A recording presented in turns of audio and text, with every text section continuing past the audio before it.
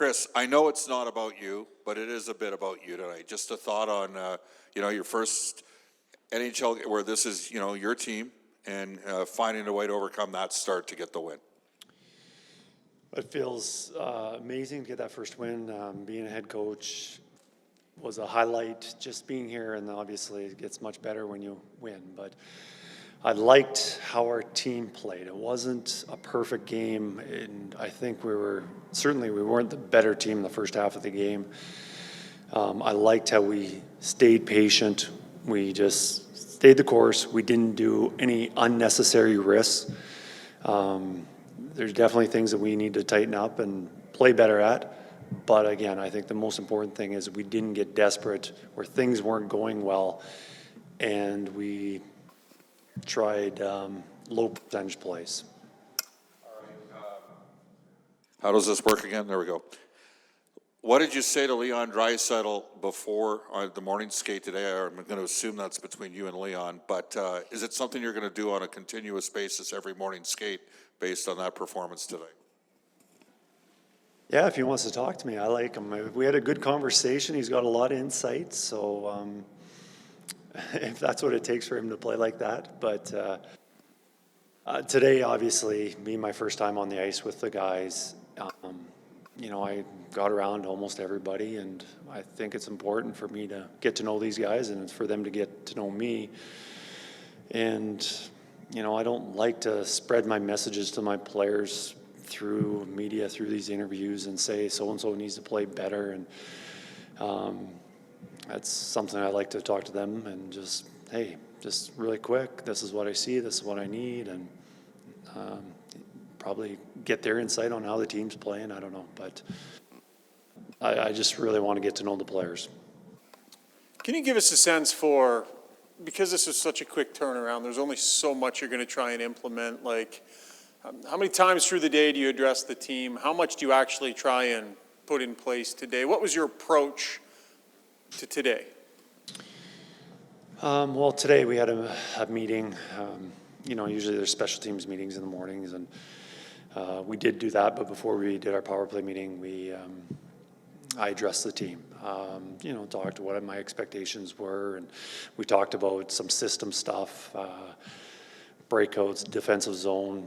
Nothing major, just little changes, and my message of how I wanted the team to play, and that was about it. And then during the game, talking between periods, we do a pre-scout, and then right before we hit the ice, I might say a few words then too. It seemed like through that second period, the temptation might have been there to tinker because it wasn't necessarily going well, and but you held your lines basically through the majority of that game. Did you feel like the formula was there and you were just knowing being patient was going to get it there? No, I didn't know it was going to get us there. But I do believe that we need some stability. Players need to have their role.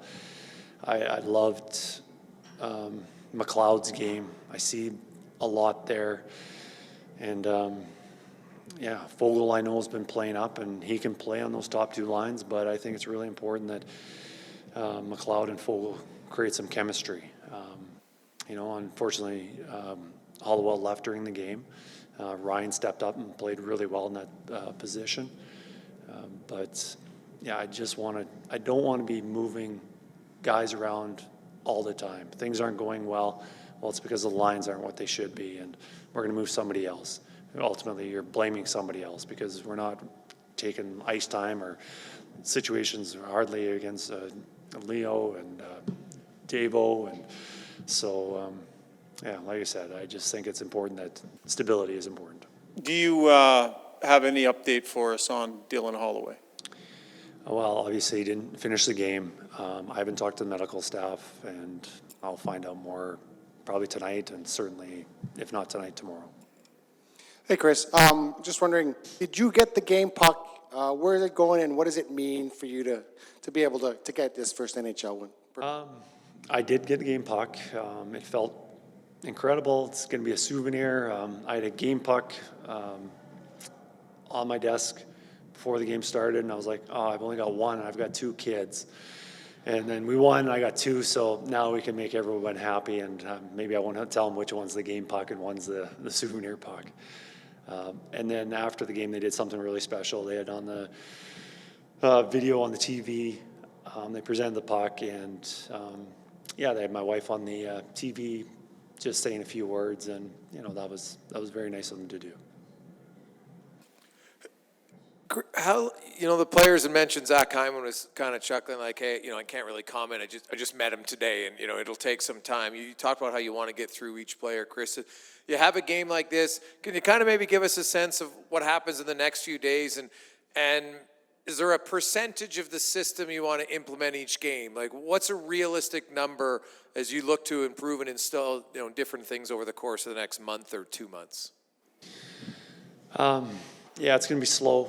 I'm not sure how much we're going to change, and it's difficult. In the American League, in junior hockey, if you want to change, it's easy. You might have Monday to Thursday to practice, sometimes 3-4 days, and then play on the weekend. So you can say, today we're going to be doing defensive zone, and you can do all the defensive zone drills to change and make that happen.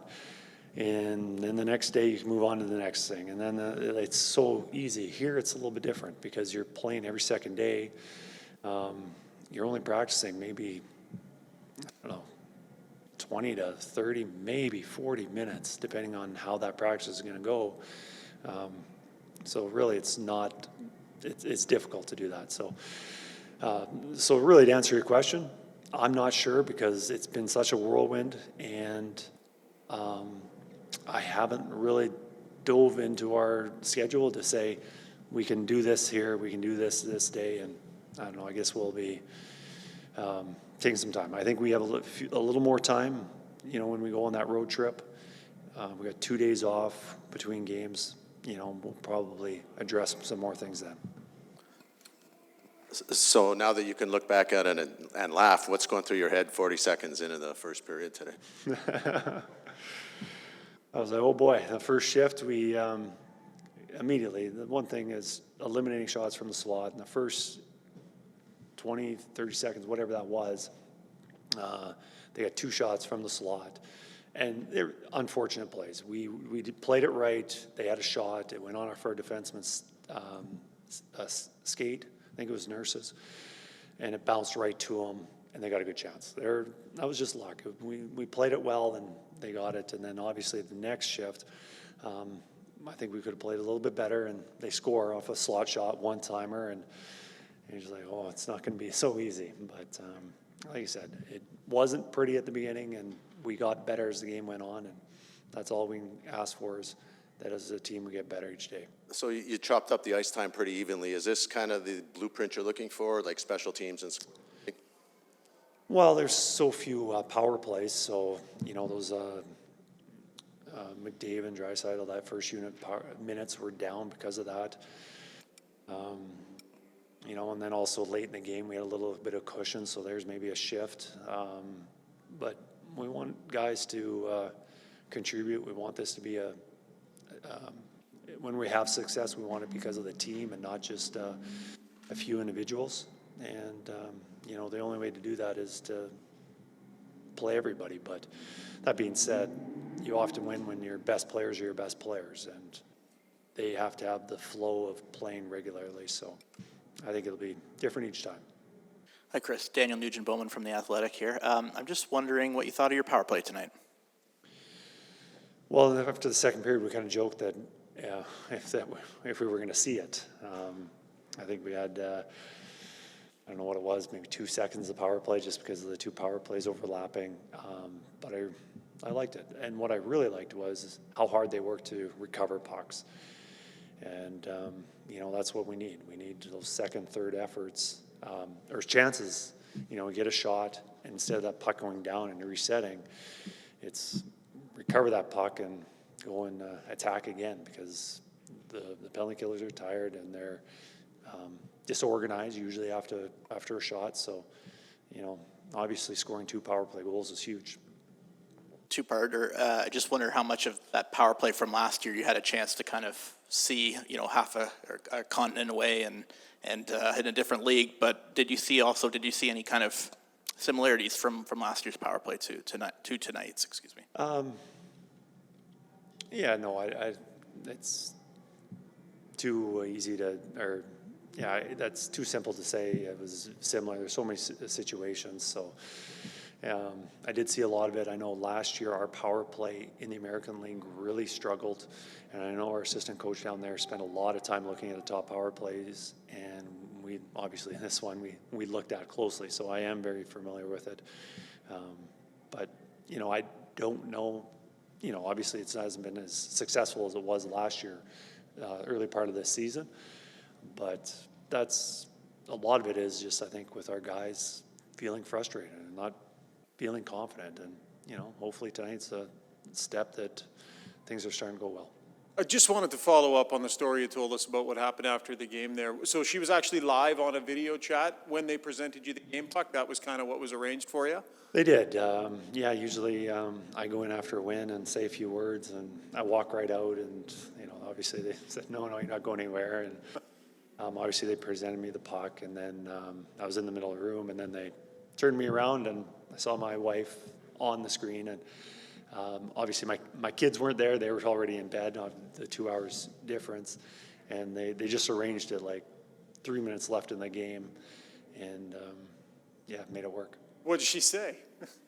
Just congratulations, I'm proud of you. That kind of stuff. Right. All right, thanks, guys.